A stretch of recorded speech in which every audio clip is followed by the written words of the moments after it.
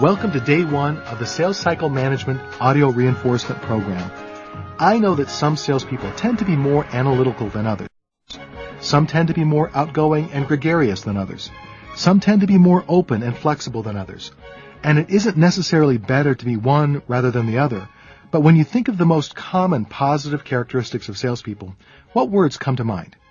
It's not much of a stretch to say that most salespeople tend to be outgoing, confident, flexible, and enthusiastic.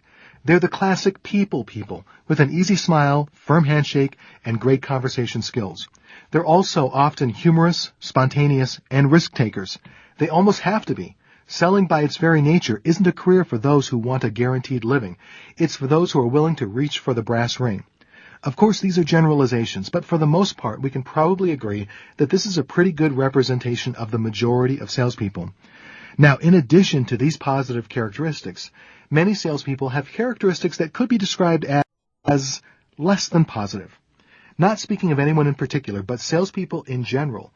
When it comes to organization and planning, the average or typical salesperson is less structured than they probably should be. Salespeople tend to hate paperwork, to resist formal plans or structure that they feel has been imposed upon them. They're often not well organized. They'd rather talk than write, and they're easily bored by routine, repetitive tasks. Now, that doesn't mean that all of these salespeople think of themselves as organizationally challenged.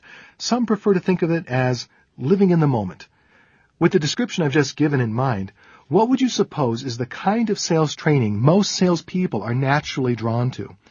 The most popular training for salespeople includes people skills training such as verbal communication, listening skills, establishing rapport with prospects. In addition, motivational programs delivered with passion, humor, and enthusiasm are always wildly popular. There's nothing inherently wrong with this, but these programs do typically address topics in which salespeople are often naturally competent already. They're preached to the topic of this volume, sales cycle management. See, it even sounds dull, but the results are anything but dull.